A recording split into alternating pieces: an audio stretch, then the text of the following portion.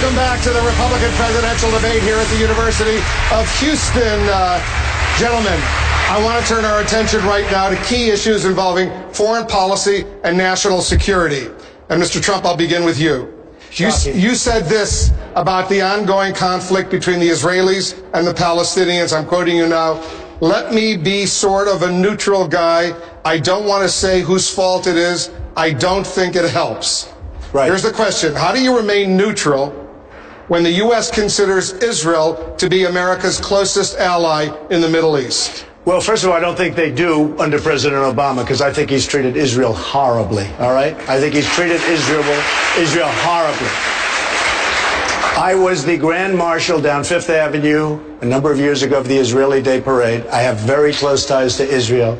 I've received the Tree of Life Award and many of the greatest awards given by Israel.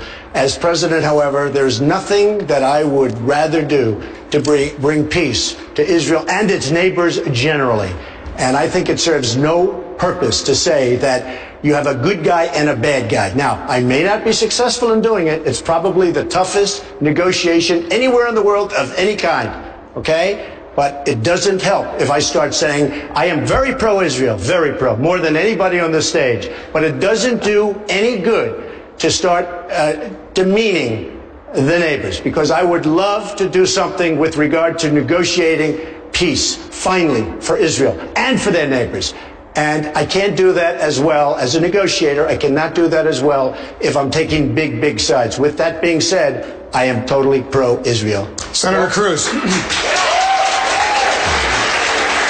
Well, this is another area on which Donald agrees with Hillary Clinton, and on which I disagree with them both strongly. Both Donald and Hillary Clinton want to be neutral, to use Donald's word, between Israel and the Palestinians. Let me be clear. If I'm president, America will stand unapologetically with the nation of Israel. And the notion of neutrality is based upon the left buying into this moral relativism that is often pitched in the media.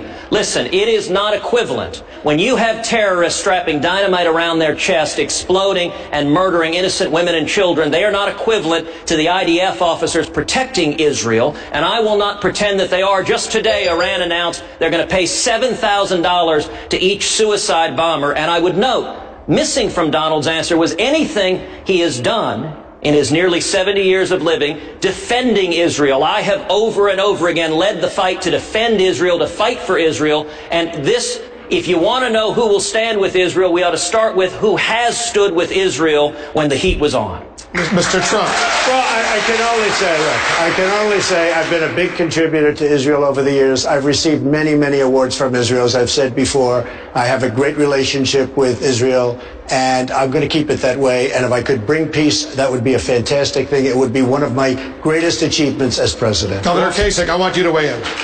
Well, I mean, if I was in Congress for 18 years and on the Defense Committee, and then, you know, after 9/11, the Secretary of Defense called me in to help out with some things, and I've been a supporter of Israel, strong supporter of Israel, longer than anybody on this stage. I didn't give as much money as Donald gave, but I've been standing with the Israelis for a very long time. And frankly, I think the problem we have in foreign policy right now, Wolf, is that we are not certain with who we stand with. Our allies are not sure what to make of us, and our enemies are moving. And are moving because they're not sure what we will do. It's a very interesting development here within the last 24 hours.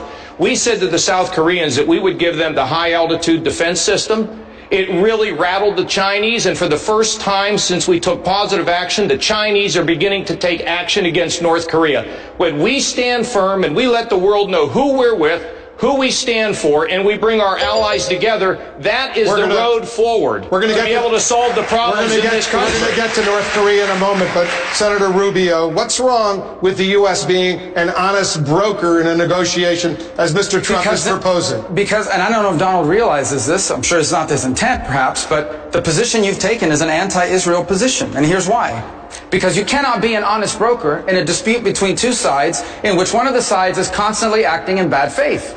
The Palestinian Authority has walked away from multiple efforts to make peace. Very generous offers from the Israelis. Instead, here's what the Palestinians do. They teach their 4-year-old children that killing Jews is a glorious thing. Here's what Hamas does. They launch rockets and terrorist attacks against Israel on an ongoing basis. The bottom line is a deal between Israel and the Palestinians, given the current makeup of the Palestinians, is not possible. And so the next president of the United States needs to be someone like me who will stand firmly on the side of Israel. I'm not going to sit here and say, oh, I'm not either side. I will be on his side. I will be on Israel's side every single day, because they are the only pro-American, free enterprise democracy in the entire Middle East. Mr. Trump.